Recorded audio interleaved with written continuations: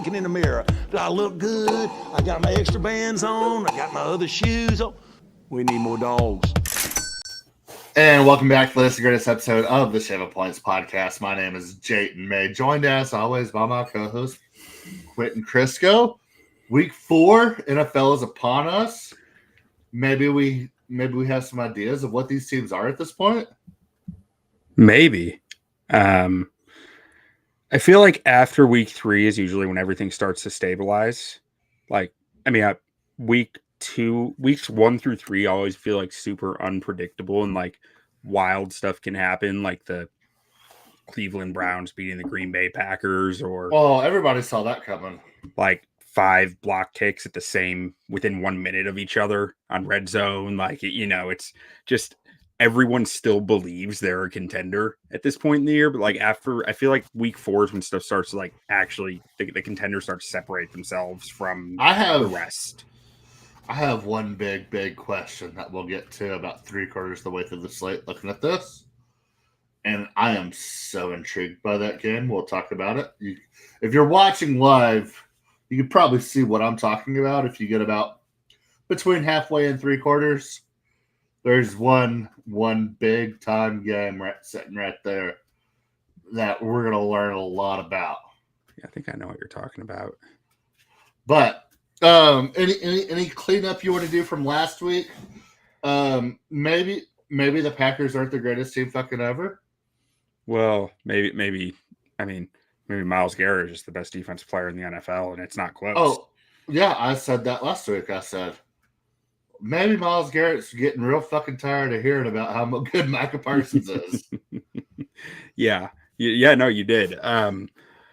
And I mean, I think one thing with Cleveland that like has gotten overlooked to this point, their defense is phenomenal. This is the same defense that took Joe Flacco to the playoffs 2 years ago, pretty much. Like, and it's not like they're old, like they were really injured last year, but like they are still really freaking good. And they have some talent on offense, even without a quarterback. Yeah, Quinshot Judkins did some stuff. Yeah, they got Jerry Jeudy, Jeudy, Harold Fannin, who was a monster in college last year, who's a rookie. Harold Fannin.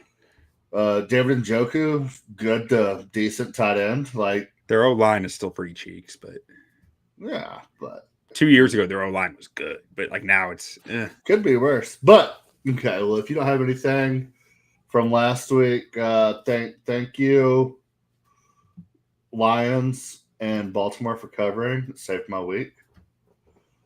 Fuck you, same here. Fuck you, Packers. Fuck you, Cowboys and Bears. And Eagles. Eagles really fucked me. Yeah, I had the Rams, so I guess the Eagles kind of fucked me. Dude. But you got to make your kicks. There is some type of special deep place in hell where you watch a 350-pound man return a block kick 70 yards to ruin your cover. Yeah. Like that is a special place in hell. Very much so. Yeah. All right. So starting this week, is this Thursday Night Football, Seattle, Arizona? It is. Thursday Night Football, we have Seattle Seahawks going on the road, take on Arizona Cardinals. Arizona is 2-1. Seattle's 2-1, I believe. Spread is -1.5 for the Cardinals here. 43.5 point total here. I love Seattle here. Okay. I have not liked the way that the Cardinals have looked this far into the season. I didn't think they looked necessarily great. The defense is playing well. Marvin Harrison Jr. may suck. He might. I mean, he put up good numbers week 1, but like since then, it's a lot of dropsies. He looks like Quentin Johnson from 2 years ago. Quentin Johnson good? Now? Yeah. Hey, it's about time to have that discussion. It's about time to have that discussion. I think MHJ will like come around to like. I don't think he's ever going to live up to his pre-draft billing. Like, and I think there was a real conversation around then that like we had some, but we didn't like fully dive into it. Is he actually better than Malik Neighbors? Which I still like. I think has hashed it out to a point already where it's like Malik Neighbors looks like he's probably the better player in the NFL. You know who looks? No, we'll get into it here in a minute. But yeah, I like Seattle here. I really like the way they're playing football. I think Sam Darnold's looked really good in this offense. I mean, he fills that role that Geno had very, very well. I don't think they make mistakes. I'm pretty sure no Zach Charbonnet for 2 weeks in a row here, but Kenneth Walker has been running the ball well, and Jackson Smith and Jigba is just solidifying himself as an elite number one wide receiver in the NFL right now. I really like what Seattle has going for them, and I just don't know if Kyler and that offense will get it done. James Conner out for the season, so we're going to have Trey Benson season coming in. So, yeah, I really, really like what Seattle's doing and not so much what Arizona's doing. I like what Seattle's doing defensively, but I like what Arizona's doing defensively. Arizona's defense is looking good. Right, and like this being in Arizona, I get why they're favored at that point. Like I think it's going to be a low scoring game. I just don't trust either of these offenses. I think I like the under as well, but in a low scoring game, third, fourth quarter, need a play. I trust Seattle's offense way more than I trust Arizona's offense at this point. If I'm betting anything here, it's probably the under, but like I'm also nervous about that just with how like the new kickoff rules have like made it just easier to score. Period. Yeah. So like the under, I'm a little wary of that. And, I love unders, but like I'm a little nervous on them this year because it seems like teams they're just starting closer to the end zone, which makes it easier to get a field goal, especially when your kickers can kick 60 yards like a lot of kickers seem to be able to now. I don't know. If I'm betting anything on this, it's the under. I'm really struggling with this game just because I do not buy into Seattle's offense to this point. But Arizona has done nothing to prove to me that I should believe in their offense to this point either. Yeah. Yep. That makes sense. All right. Next up, so you're not taking nothing there? No, nothing. All right. Next up, we have Minnesota going to Pittsburgh. Pittsburgh is 2.5-point home dogs here, 40.5-point total. This Minnesota defense is nasty. No JJ McCarthy again, but for some reason they already have him on the schedule to travel overseas, but to not play. To continue, this is a weird situation. It's very bizarre. Like I don't know what the hell's happening there. If you're JJ McCarthy and you have a newborn baby, and the team is like, "Hey, we want you to come to Europe to rehab, but we don't plan on playing you," like what do you say? It's like, I'm good. I'll stay here with my wife and baby. Can you say that? Why? I mean, I don't know why you couldn't say that as a grown man by an organization that's basically telling you, like, you're on IR, but not officially on IR. But I guess if we need you, we're going to force you to play, but we don't want you practicing. Does JJ McCarthy love ball?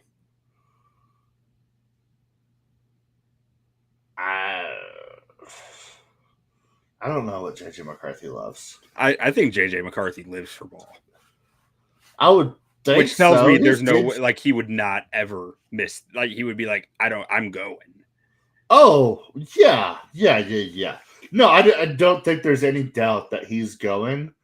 But why did the Vikings have to be like, we're taking JJ with us to rehab, but don't expect him to play? Yeah. Like, why do they have to say that make publicly? Any sense to me? But like, that seems odd. I'm saying if these conversations were made behind closed doors, and you're JJ McCarthy, I could be like, okay, yeah, if I get another opportunity, or if I'm good to go, I'll want to play. Like, I understand that 1,000%. But why do you have to put that out there publicly? I don't know. You're right. It's a weird thing, man. I can't even logic that, frankly. Wait, is this? This is in Pittsburgh. Okay, I was about to say he's already rolled out for this game. Yeah, and then after Pittsburgh, they do 2 games overseas back to back, so they stay in Europe for 2 weeks. Did they only rule him out for the first one? They have basically ruled him out for 3 weeks, but haven't put him on IR. I don't know. Maybe there's some weird Which is also medical weird. treatments they're aiming to get. Which is yeah, they're going to do the Christian McCaffrey. They're going to ship him over to Germany. Yeah. And get the German magic. But anyway, all right, Minnesota 2.5-point favorites going into Pittsburgh with Carson Wentz at quarterback versus Aaron Rodgers. 40.5-point total here. I don't know what to think about this Pittsburgh team right now. Defense looked good last week against Drake May and the Patriots, but the Patriots also just had a lot of fumbles. And I think there's a difference in fumbling the ball and the defense forcing a fumble. And a lot of those fumbles just look like they were fumbles. Didn't really look like the defense was doing anything to necessarily cause them. Yeah. No, the Patriots gave that game. Like they gave it up, and they moved the ball fairly well. I mean, at 370 yards of total offense, like it's not like the Patriots. Drake may look decent against them. So I don't know what to think here. I mean, first glance, I mean, you have to take Pittsburgh at home, right? 2.5. Yeah, like I mean that's where my head's at. Like I think I'm taking Pittsburgh money line here. That's where I'm leaning, just because like Minnesota they kicked ass last week. They kicked ass against a Bengals offense that clearly looked dejected and like just was not finding answers. Yeah. I might jump on that. You can put a question mark on that for me. Okay. Like, and the thing that like makes me hesitant though is Pittsburgh like 200 yards of offense last week. You know, like they struggled to move the football. Maybe it'll be different versus a better defense. I feel like I've got to take Mike Tomlin as a home dog, though. Like I feel, and if anyone is going, he's going to win 9 games. So you just have to pick which 9 games those are. Is this one of the 9? So but Brian Flores, let's see, 2023, was Aaron Rodgers still? No, Aaron Rodgers wasn't in Green Bay still in 2023, was he? No. And the last time Aaron Rodgers played the Vikings, he sucked ass. 2022? No, last season in London. Oh. He was awful. I forgot he played last season. I think I'm just going to take this off. I don't think I'm going to bet this. Yeah, I'm probably not going to bet it. I only put it as question mark because you bet it. Yeah, let's wipe it. Wipe the slate clean. I always like to ride. All right, next up, we have Philadelphia Eagles. Should be 2-1. They are a 3-0 team right now. Taking on the Tampa Bay Buccaneers. Bucks are home dogs right here, plus 3.5. 44.5-point total. Do you know who's healthy on the Tampa Bay Buccaneers right now? Nobody. And a single person. It's Baker. Graham Barton. Is he healthy? I think he is. He's still out there playing left tackle. Cody Mock's out for the season. Tristan Wirfs out for the season. Who knows when Chris Godwin's coming back? Mike Evans missing 3 to 5 weeks. I think they're missing about 3 to 7 guys on the defense right now. It is a shit show there. And you know what Baker's saying? What's he saying? Fuck it, give me the ball. So Wirfs and Godwin are expected to return this week. This week? That's what this says. That's true. So 2 days ago, Bucks Wire said Tristan Wirfs and Chris Godwin are expected to return in week 4 against the Eagles. Yesterday, their status it says from Tampa Bay Buccaneers website that their status will come at the end of the week. I think they're both playing. If they're both playing, I'm hammering Tampa Bay here. Baker, 3 weeks in a row, has had the ball in his hands to win the game. And that dude has gone down there and won the game. You keep this game close, you give Baker a last drive opportunity, he's going to make – this dude's winning MVP this year. This is special stuff that we're seeing right now from Baker Mayfield that you don't see every day. Yeah, this is a team that believes they can win a Super Bowl right now. And I mean, they're without Mike Evans, but like if they get Wirfs and Godwin back, I think they get a shot in the arm here. And I think Philly has gotten away with a few games already this year where it's like it was. Yeah. Everybody wants to talk about how bad Dallas is. Dallas should have beat them week 1. They absolutely should have. Like, you can argue what would have happened in the Dallas game had the drops not happened, but they straight up lost the game last week to the Had Rams. Jalen Carter not happened, I think is the real argument. Yeah, but that did happen, and he was out the whole game. Like, yeah, but he's not going to be out for this game. No, but he played for the Rams game, which they lost. I mean, he directly blocked one of those kicks. Like, he just kicked that guy's ass in front of him. You have to think you're going to make one of those kicks. I mean, you can't live off that. That's not sustainable. I agree, it's not sustainable, but I'm just throwing it out there. Just throwing it out there that for the Cowboys comparison, like, that's more Jalen Carter than anything to me. Maybe not. I mean, he didn't play. We don't know. Our friend Ron Moose is on the Baker MVP hype train. Oh, yeah, dude. My co-host of Rip Bears on Tap. If you're a Bears fan, make sure to check us out. It's What loose. up, Ron? Ron Loose. Loose on Tap. Looks like a guy who would be named Steve Dave. Why? I don't know. If I see him, I'm like, oh, that's Steve Dave. All right. But yeah, I'm with you. Tampa Bay plus 3.5. That's like, if Wirfs and Godwin are back, like, I wouldn't make this bet. I like it. I like it regardless. And the line might move. Baker, it's Baker season. Actually, and everybody else is just witnessing.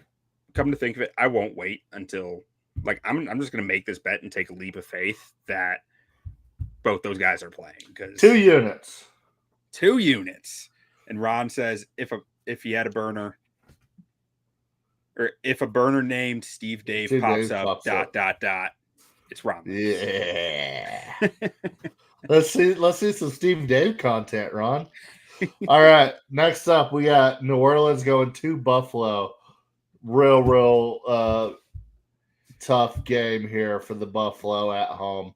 16.5 point favorites. 48.5 point total.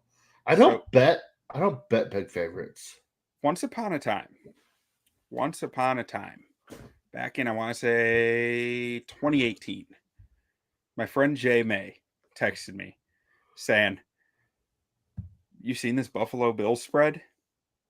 They're 18-point dogs at home. I've got to bet Vikings, right? I've got to bet their money line, right? Against the Vikings." Yeah. And I said, I don't know. The Vikings are awful. And it didn't bet. Awesome. The Vikings were awesome. The Vikings are awesome. The Bills are awful. Yeah. I don't know.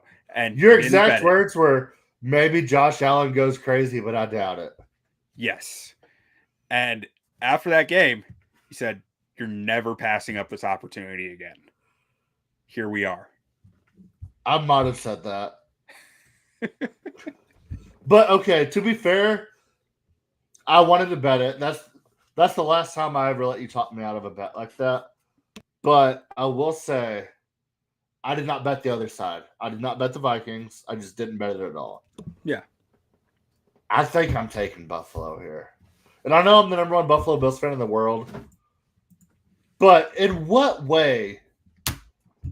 Like, whenever I texted you about that, I was like, Buffalo's defense isn't that bad. And Josh Allen's like, this was rookie Josh Allen. He was not good. But I was like, this white boy is crazy. Like, you could see it. That's what they're saying. You could see it. All right, like, nothing about this New Orleans team are you like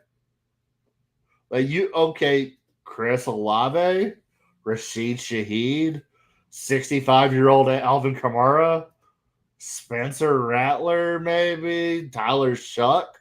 Like, there's nobody on this team that was like, but we know how good this guy might possibly can be.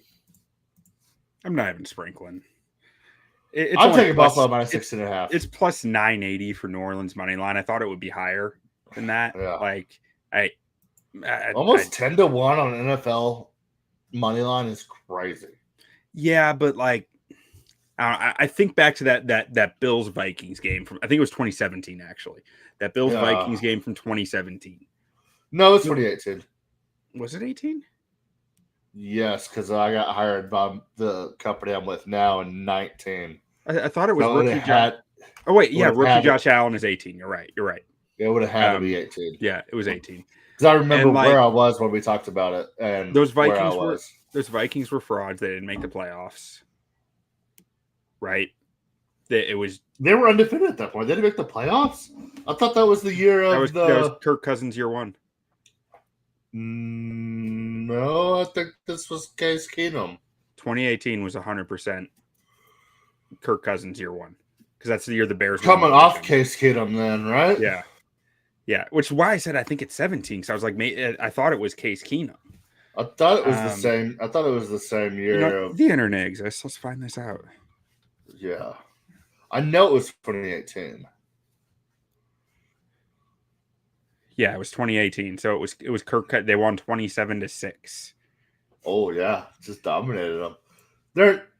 Buffalo's not losing this game 27-6. Yeah, well, that's what I'm saying. Like that offense was not working with Kirk Cousins. Like there was a clear issue going on that led to opportunity. I don't see that happening with Buffalo here. That I don't think their offense is going to be broken. I'm taking Buffalo on it. I usually don't love big spreads, but I think Buffalo could win this game by however much points they want to win this game by. Wait, say that again? I think they can win by however many points they want to win by. Oh, yeah. If they want to win by 40, they can win by 40. Yeah.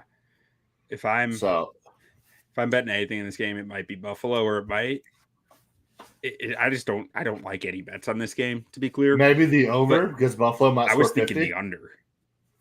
Oh, yeah. Because Buffalo might just win like 30-3. All right. That makes sense. Okay, enough about the worst game on the slate. This is an interesting game. Cleveland, coming off of a home win versus the greatest team ever assembled in the history of the NFL, the Green Bay Packers, who may never lose a game again. They lost last week, but they may never lose again, ladies and gentlemen. I mean, we are talking about the premier talent in the league. I mean, unquestionably the best defensive player in the league. Josh Jacobs, 13 games in a row with a rushing touchdown? Going for the record. He only needed a couple more.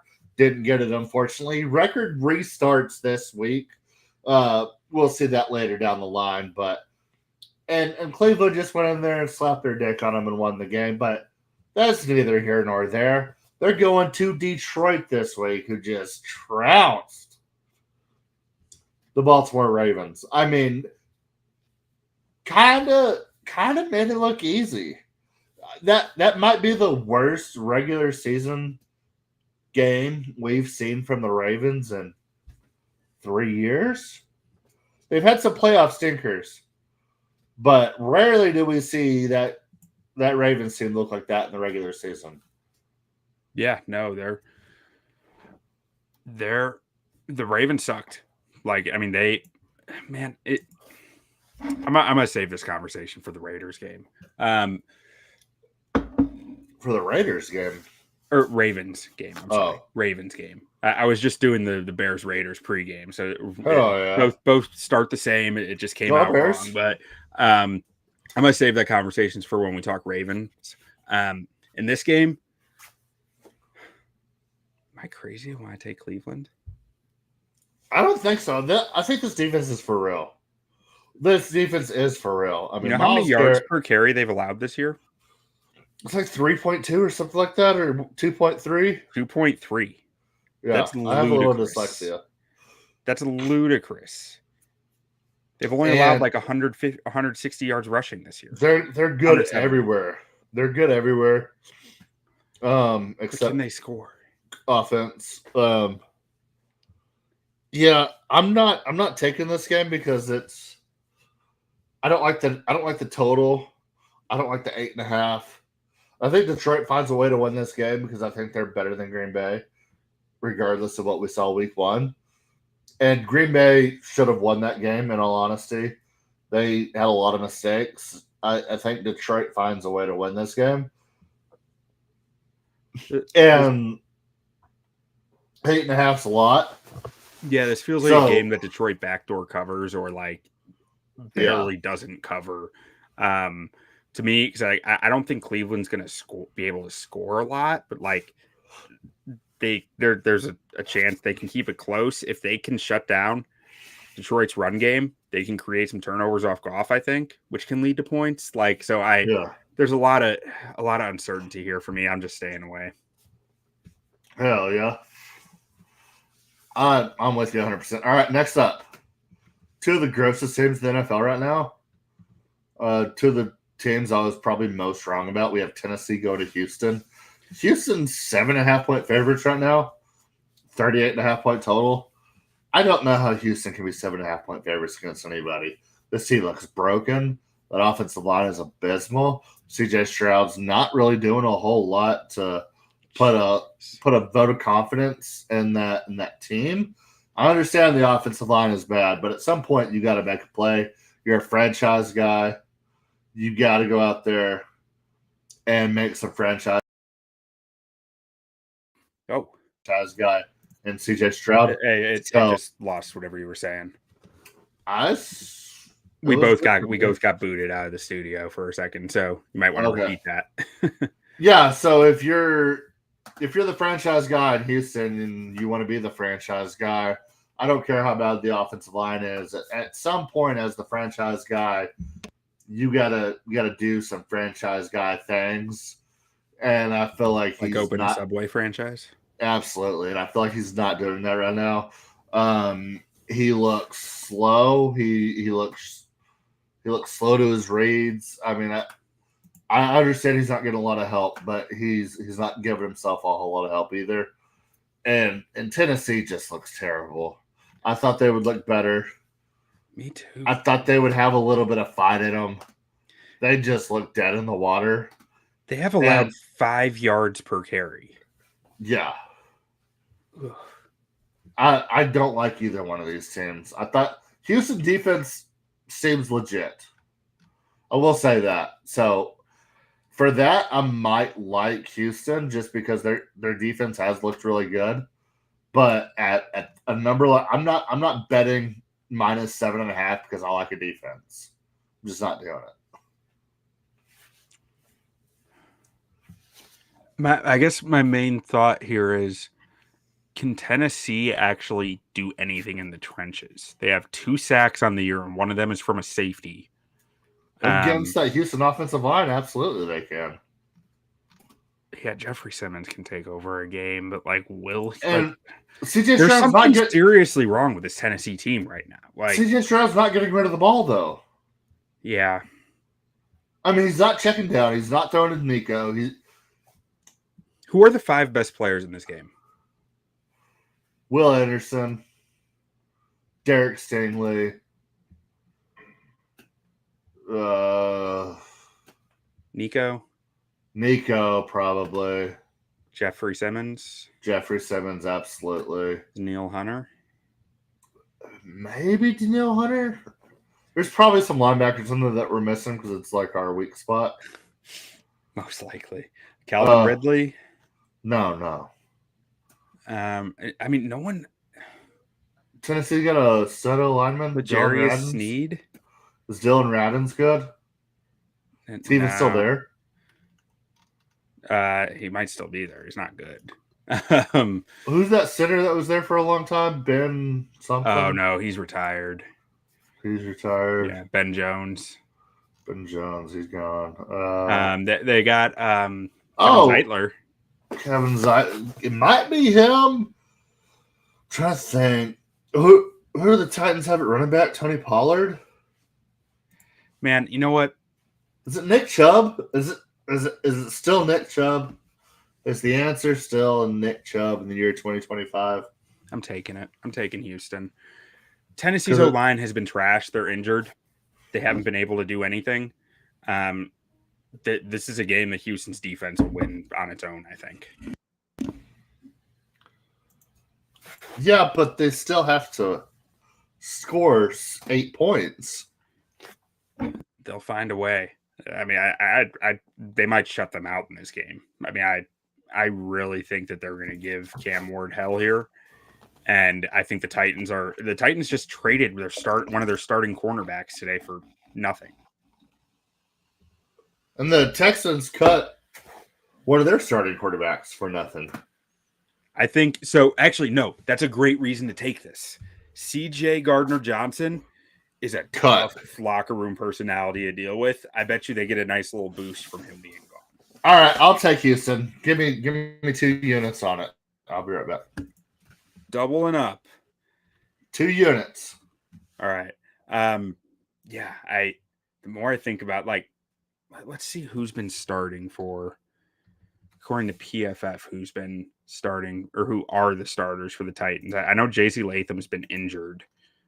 Yeah, John Ojukwu starting at right tackle. Blake Hance is starting at right guard.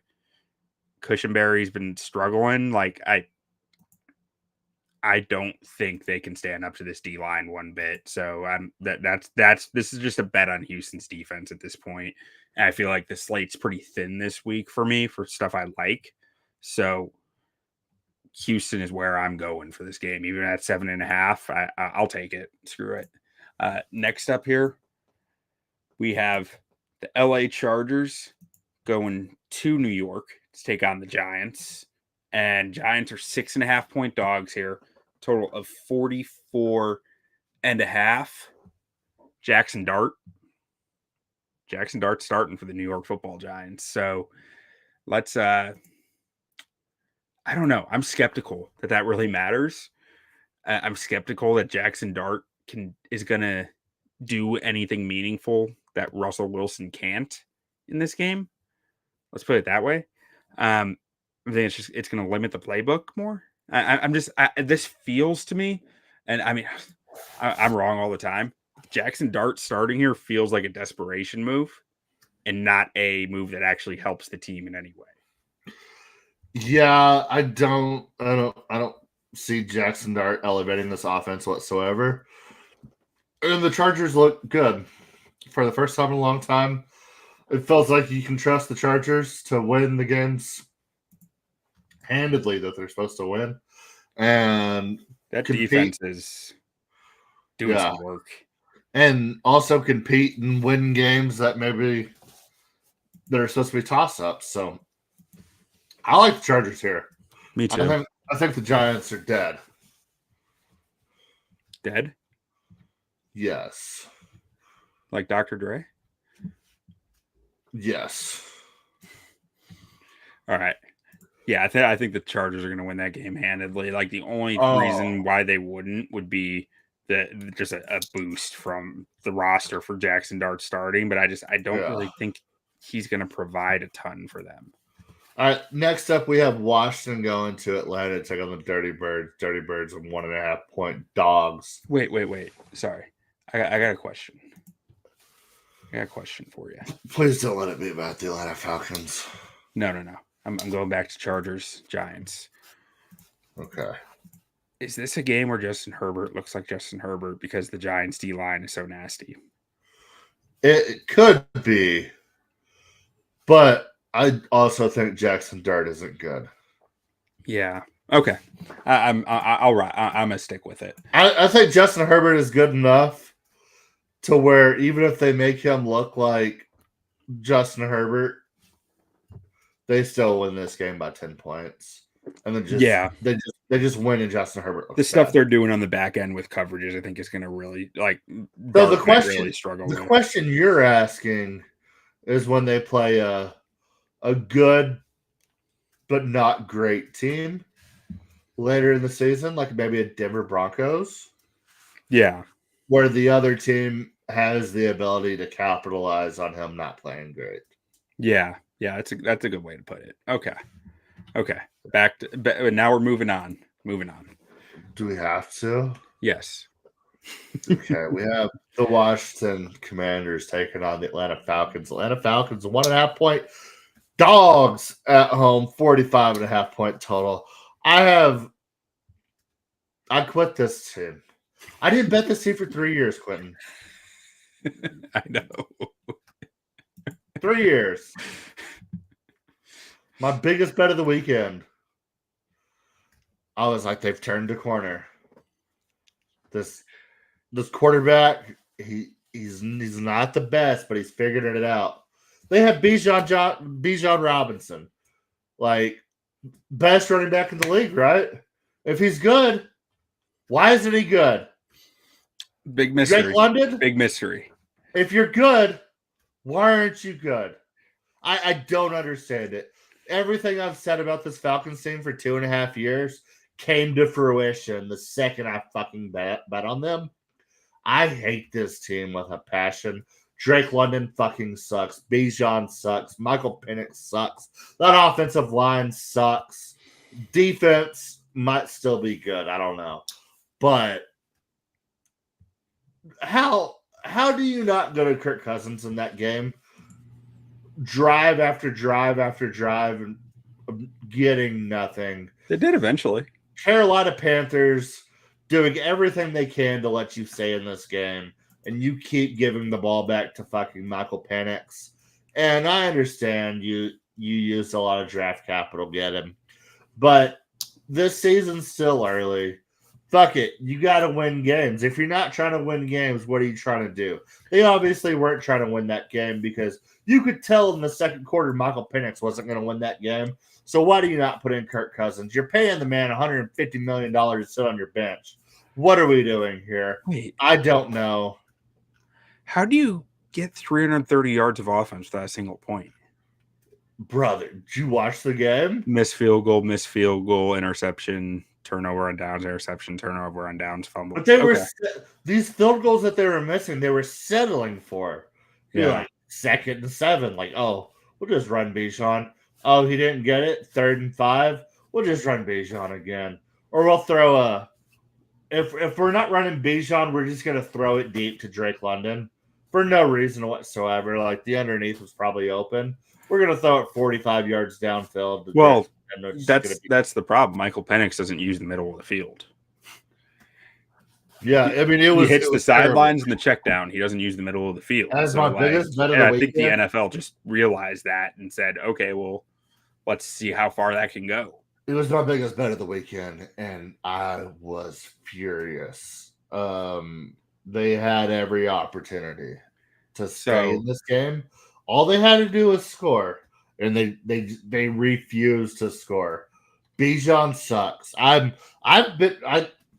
don't think Bijan sucks, but I've been on the train for 3 years now. If Bijan's so good, why isn't he good? That was like the perfect game to like make my point. I hate this Falcons team. I will never bet on the Falcons again. So, you have my word. Are you betting against the Falcons this week? Is it Marcus Mariota? It's up in the air. Jaden Daniels, they say he's day to day. No, I'm not betting this game. Yeah, I think I'm staying away. I like that Atlanta defense. And I like their weapons, but I can't. I need to see. I need to see Michael Penix do something again before I can even think about betting on the Falcons. And I don't know. A part of me really wants to take Washington here, but like I might hammer Washington. Fuck it. To be determined. If it's Jaden Daniels, I might do like a 4-unit play on that game.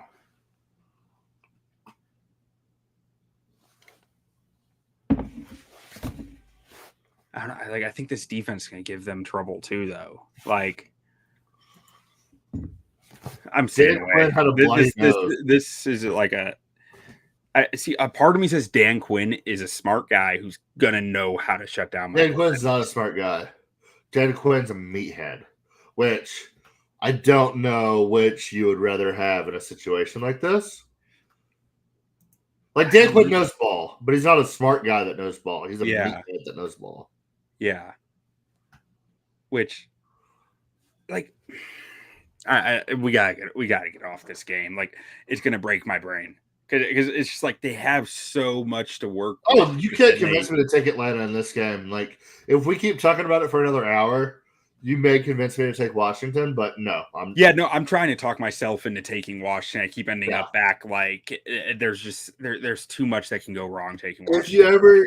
If you ever question yourself taking Atlanta, just think about if I weren't to bet against them, would I bet on them? And if the immediate answer is no, bet against them. Sage advice. Yes, sir. All right. Next up, we have Carolina going on to New England. Carolina's coming off a big-time win. Looked really, really good. Versus the New England Patriots. Drake May looked really good in the loss last week. A lot of fumbles in that game. 5.5-point favor. New England's favored by 5.5 points at home. 43.5-point total here. This is another game where I like what I've been seeing out of New England this year. And I don't love what Carolina's done, even though they just beat the shit out of the Falcons. But I don't know if I trust New England to go win this game by 6 points. So I'm staying away from it. You love New England in this game? They fumbled. Like we said earlier, they were just giving the game to Pittsburgh. A Mike Vrabel coach team coming off that, while Carolina's coming off dominating a team. I think it's time to have the conversation. Is Mike Vrabel gets brought up a lot of being like this elite coach, and I know we're very, very short into this season, and you can look at his tenure in Tennessee, but I mean, is he this vaunted coach that just has his teams in position to where we do all the right things, we're going to win as long as we don't make mistakes? Because I started going to look back at those Tennessee teams, and they lost a lot of fucking games they should have won. Oh, yeah. No, I don't think I think Mike Vrabel is a little overrated as a coach, but I think he's a guy who's always going to ride his guys hard, and they're not going to quit on him for it. And yeah, I mean, he's a locker room guy, and it's the Carolina Panthers, probably coming off their biggest. That's the biggest Panthers win in 2.5, 3 years to beat a division rival like that at home with your third-year quarterback who may or may not be good, and a head coach that may or may not be good. I mean, Carolina's riding about as high as they've rode in a long time right now. And so I do like that aspect for Mike Vrabel to be like, hey, we put dogs back in their place. Yeah, and I think I just think there's a significant QB disparity here. I think Drake May is playing really good ball right now. And Drake May, is he quietly playing the best out of all the first and second year guys right now? Yeah, he's been the most consistent, I think, in the second year. So. Like, even above Jaden Daniels and some of these other guys. Yeah, I agree. Drake May is playing good ball. Yeah. I mean, I think statistically right now, I think Caleb is at the top, but that's a lot of one game. Where Drake May, I feel like he has consistently put up yards and done some good did Caleb have a good game? Yeah. Oh, yeah. Wasn't watching. I had the over. I was looking for points. And at 300 yards, 4 touchdowns. Why did he stop scoring points then? Because they're the Bears, right? Yeah, we'll get to it. We'll get to it. All right.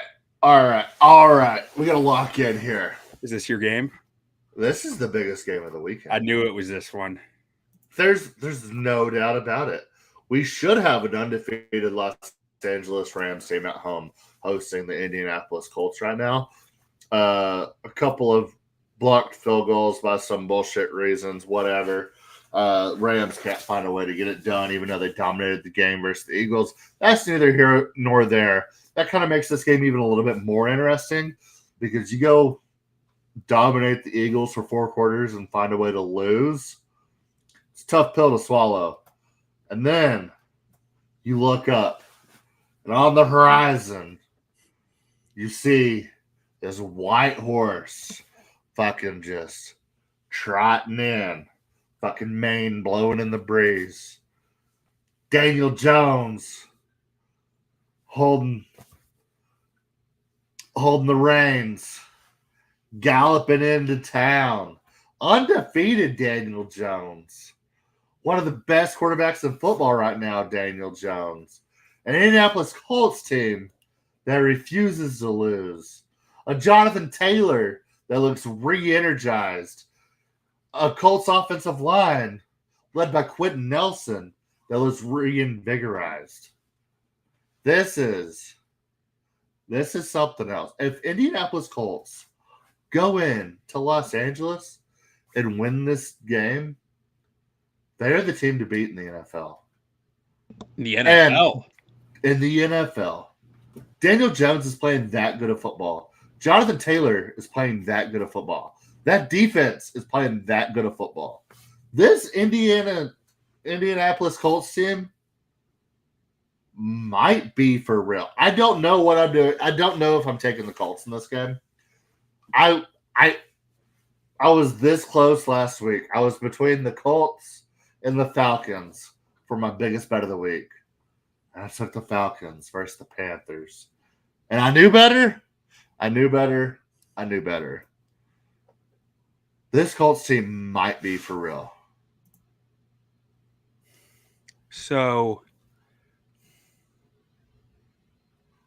you beat the Rams with the run game, I would think.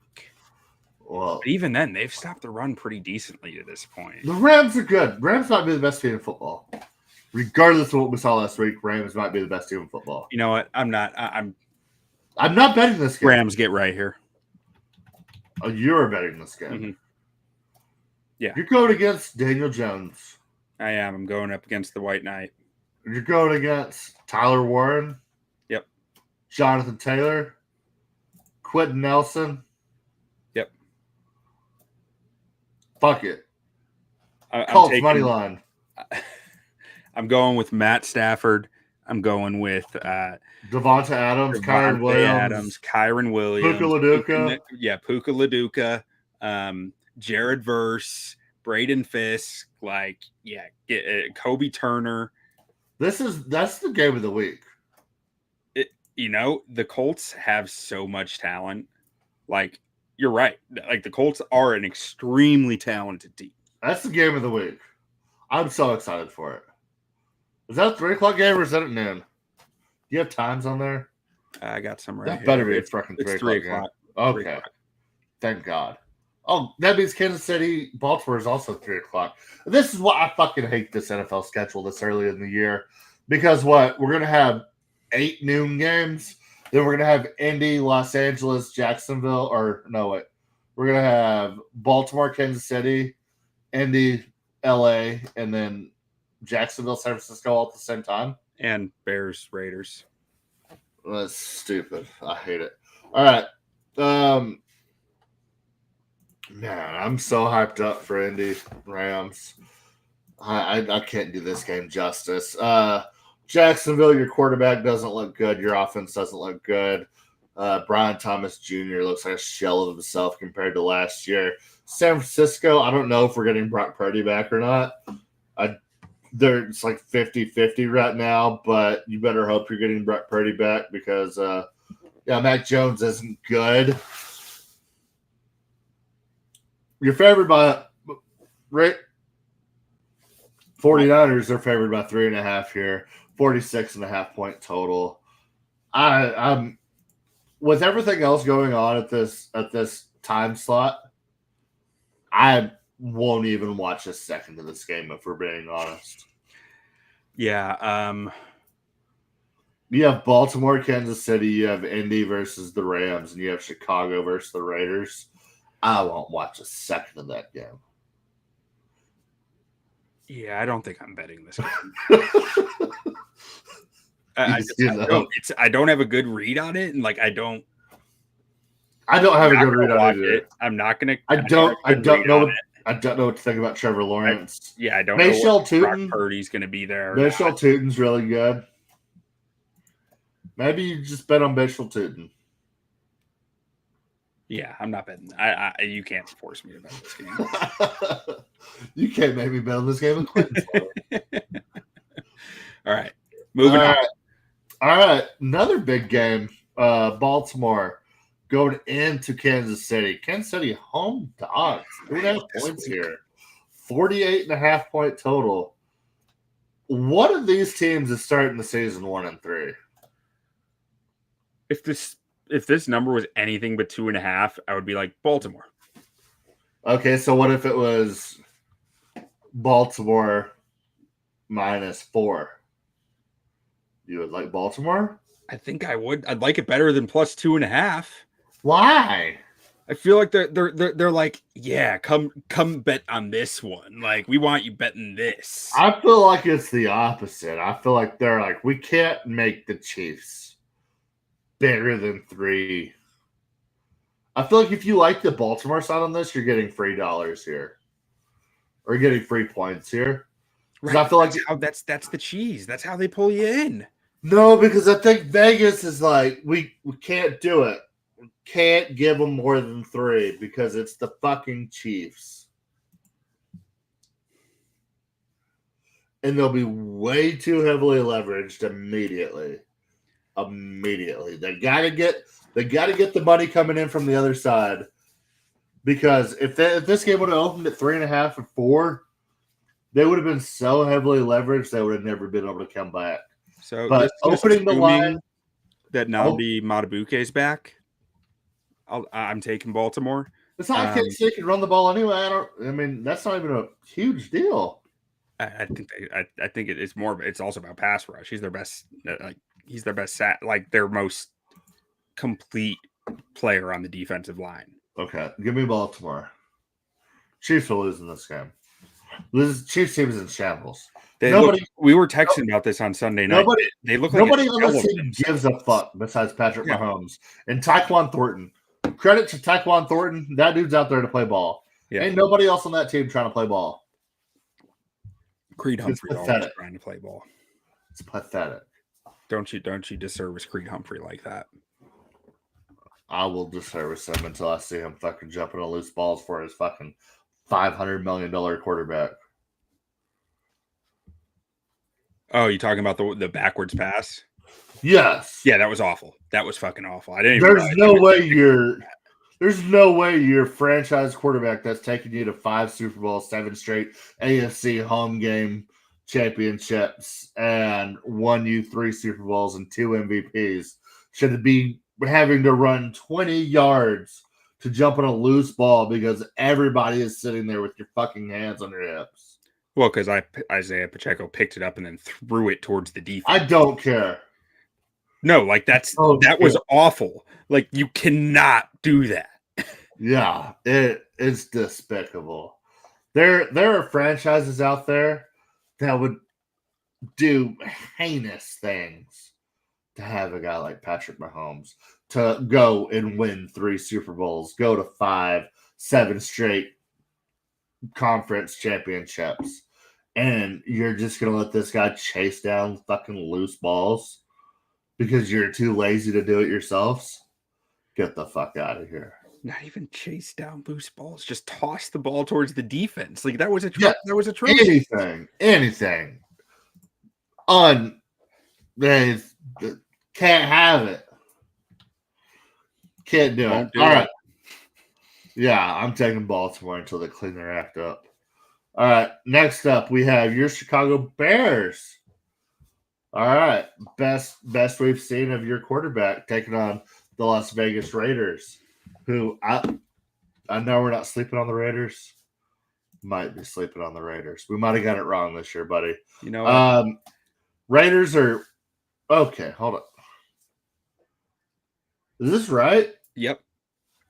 Raiders are home. Okay.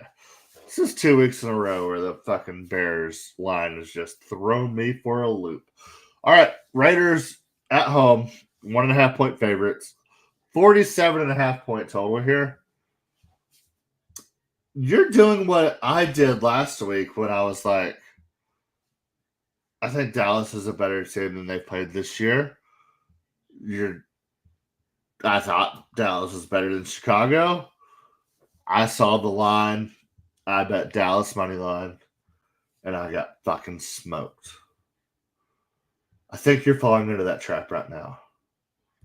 I might be. I've said many times this year. I'm doing stupid things this year. I feel like doing stupid things. I'm gonna do stupid give me things. Raiders money line. All right. Let's Now, just leave it Fred? at that. Just leave it at that. 2 weeks in a row, we're betting against each other. Hey, and if you come out ahead both weeks, I'll be fine with it because I'm up like 1,000 units this season. Yeah. I'm so far up right now. So with this game, like Pete Carroll terrifies me with this. Pete Carroll and Gino terrify me. I have this inkling feeling that this will be Ashton Jeanty's game where he finally not even Ashton G. It'll be the game where the Raiders run blocking, like their offense decides to simplify the run blocking and they'll actually open some stuff up for him. But at the same time, I look at the two rosters and I'm like, Chicago's just better. And if the coaching is right, it's an easy bet at that point. But like that's all. Pete Carroll throws a wrench in that a lot. Yes, he does. But Caleb Williams might be the best quarterback in the league. I mean, that's a big part of this bet is the Caleb vibes just keep on rolling. We need Caleb to snowball into some success. Mm-hmm. Big game last week. You gotta keep building. Snowball's got to keep going downhill, getting bigger and bigger, getting more confident. Maybe throw like 5 or 6 more passes to Roma Dunze so I don't go winless on my fantasy season. But yeah, just keep it rolling down the hill. Yeah, I like the Raiders here. My biggest, because if I'm wrong about the Raiders here, that means my Caleb Williams stock that I've been holding for 2 years is going way up. So this is a win-win for me, baby. Let me tell you how the Raiders win this game. Both the Bears' offensive tackles are are injured and severely impaired by it. Max Crosby goes nuts and Ashton Jeanty, and they start to open holes for Ashton Jeanty on offense. Is Max Crosby the best player in the league that nobody talks about? I feel like he gets talked about. In the national media.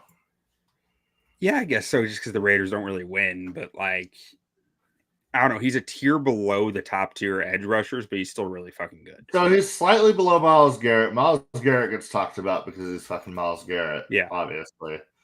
But outside of that, I don't feel like you hear a whole lot of Crosby unless you watch a lot of ball and you really kind of get into it. And then all the coaches and everything, every time they play him, are like, no, that's probably the best guy you're going to see all year.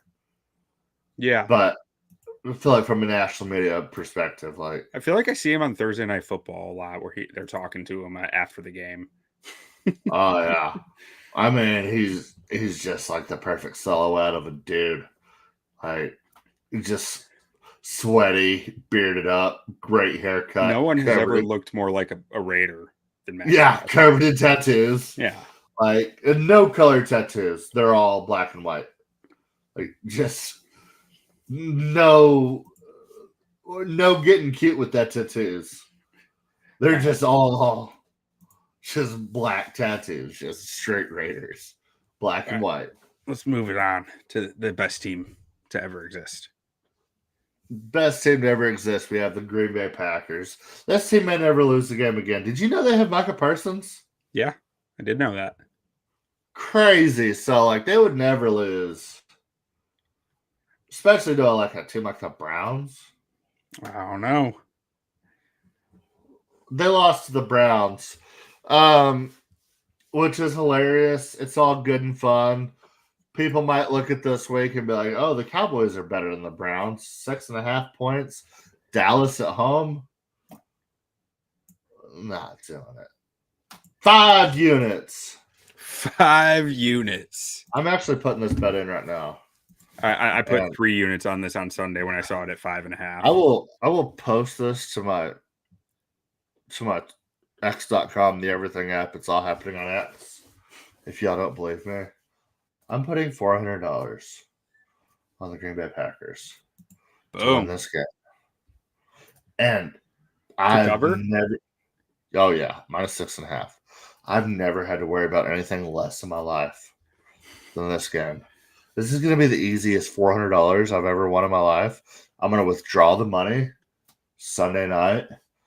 I might buy a real nice bottle of whiskey, put it on my shelf, like maybe some Pappy, put it on my shelf so I can pop it when the fucking Buffalo Bills win the Super Bowl this year. Boom. Like, it's easy money. I don't know why you wouldn't. There's not a scenario in this world where the Dallas Cowboys keep this game close. I've watched this game my entire life. You have. And I know the difference in these games. I can usually be like, oh no, 7 points. This team is dead. This Cowboys team, I'm not even a fan of this Cowboys team. And this is the most dead I've seen a Cowboys team in probably 10 years. They have no life. There's no CeeDee Lamb in this game. Dak looks disinterested. You watch the Bears game, I have never seen so many balls thrown behind the line of scrimmage on 3rd and 5+ in my fucking entire life. And when you're screaming for the over, and it's 3rd and 5, 3rd and 7, 3rd and 8, 3rd and 9 on consecutive drives, and your third down play is throwing the ball behind the line of scrimmage, it just shows that I was correct in saying, fuck this team, fuck Brian Schottenheimer, fuck this coaching staff, and fuck Jerry Jones. Because I don't know if you noticed it as a Bears fan. I mean, I know you had the over as well, and there was a point where you were like, okay, fucking Cowboys, like, let's go score. Where you're watching fourth quarter. Where you're watching some of these, it's 3rd and 1. 3rd and goal on the 1. Pookie Williams has been running all over this Bears team, respectively. He's been having his way with this defense. You throw 2 passing plays, one of them 7 yards behind the line of scrimmage, inexcusable. It's crazy. Cowboys are going to lose this game by 40. Yeah, I mean, I agree. It's 7 for me. I'm still taking it. $427.61. Quite a number there. All right, let's move it on. Easiest. Let's move it on right there. Do what? Easiest bet of the week right there. Yeah. All the tokens. All right, next up we have the New York Jets taking on Miami Dolphins. Miami's 2.5-point favorites at home versus the Jets. 44.5-point total here.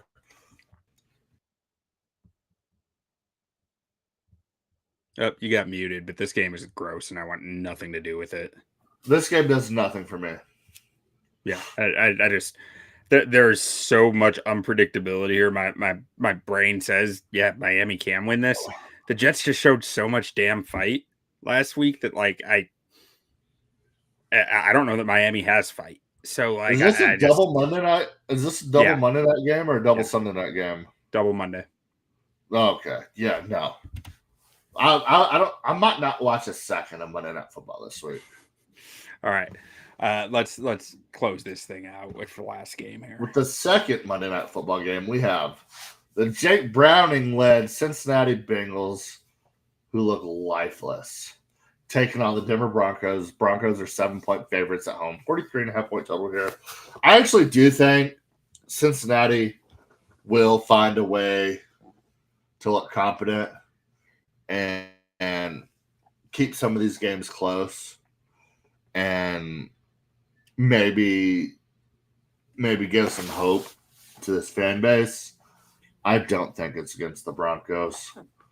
I don't even like the Broncos this season, but I look at this Broncos defense. I look at Bo Nix. I look at Sean Payton, everything that they have for this team. And if there's ever a get-right game, are they 1-2 or are they 2-1? 1-2, I think. Let's see. 1-2. Yeah. If there's ever a time where you're 1-2, they can't lose this game. They just can't. They lose this game. It's over. You're in trouble, Denver. You're in trouble. Yeah. I mean, but I'm still not betting on Denver. I'm just not. I'm just staying away from this game. At 7 points, I'm not betting on Denver, but I can't touch Cincy right now. Until I see anything out of this team, I can't bet them. And I know they're 2-1. And Jay Browning looked great in the comeback week 2. But that week 3 performance, disheartening. I can't do it. So for that reason, I'm staying away from that one. The Houston pick's giving me heartburn. I think I'm going to wipe it. You're not taking it? I'm not taking it if you're not taking it. Yeah, I'm going to wipe it out. I am taking. I'm going to go bet Tampa Bay money line right now before I forget. Hell yeah, brother. Money line. All right. That all we got? That's all we got. Plus 160, $100. All right. Then thank you guys for watching, listening. We'll get our short form episode out to you soon. And don't sleep on those Raiders, except for when they're playing the Bears. We might be sleeping on the Raiders. Adios. Adios. And when you knock us down, on the way up, we're going to bite a kneecap off. And then it's going to take 2 more shots to knock us down. And on the way up, we're going to take your other kneecap. Before long, we're going to be the last one standing.